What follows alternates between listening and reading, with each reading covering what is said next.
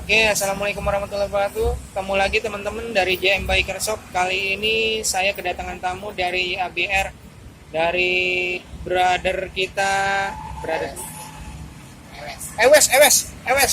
Terima kasih brother Ewes, udah masang di workshop. Ini brother Ewes ini biasanya buat touring teman-teman.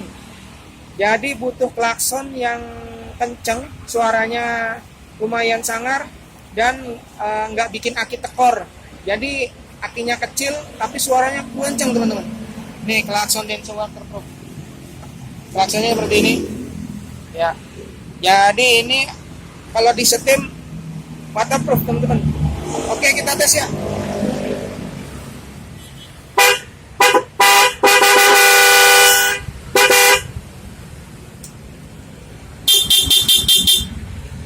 Ini klakson standarnya teman-teman bisa. Jadi kalau misalkan masuk gang atau mungkin mau klaksonin orang tua, memberikan efek yang sopan, mungkin kita klaksonnya seperti ini ya. Tapi kalau pada saat kita touring untuk mengklaksonin riders yang lain atau truk atau bus ya, kita kasih klakson yang ini aja. Suaranya lumayan kenceng dan stereo teman-teman. Untuk pemesanan hubungin aja nomor yang ada di sini, workshop, atau datang langsung ke workshop JM Biker Shop. Jangan lupa channel YouTube-nya di like dan di subscribe, mudah-mudahan bermanfaat.